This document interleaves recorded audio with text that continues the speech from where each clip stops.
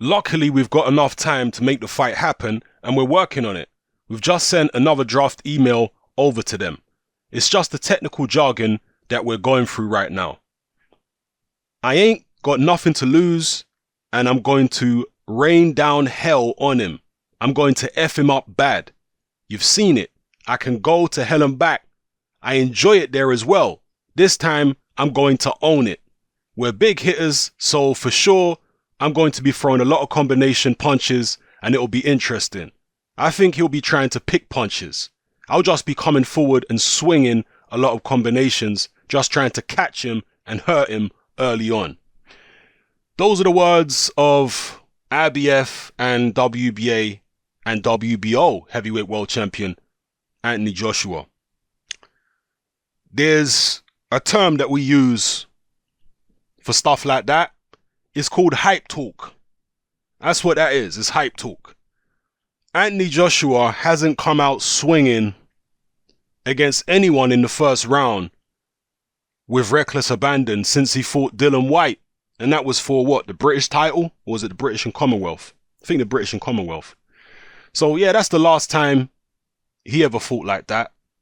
Since then, he comes out quite measured and careful in the opening round. He's looking to throw big shots when he gets the opportunity, but what he just described, he ain't going to do that against Deontay Wilder. I would be amazed if he did.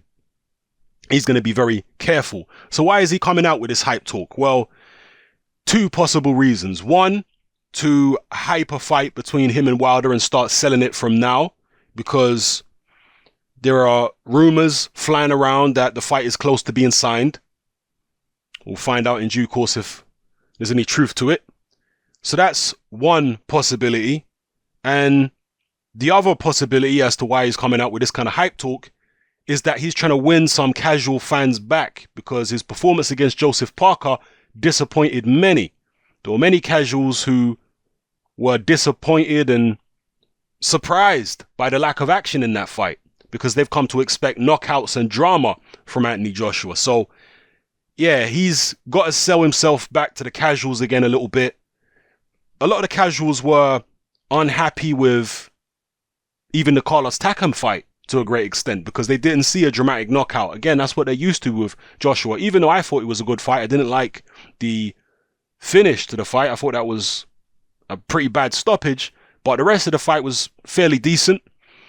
The casuals, though, they want spectacular, and it wasn't spectacular. And then the Joseph Parker fight, well, boy, that was the antithesis of spectacular. So, two performances in a row, which didn't really capture the public imagination. Joshua's trying to resell it now and convince the casuals that he's going to come out all guns blazing against Wilder and make sure that he generates maximum revenue from it. That could be a possibility. Yeah. Either one of those two things, perhaps both. I hope the fight gets signed. I hope it gets done. I hope we get an announcement. I think Eddie Hearn, in his most recent interview, said that a decision will be made on who Joshua was going to fight next within the next 10 days. And that was, 4 or 5 days ago.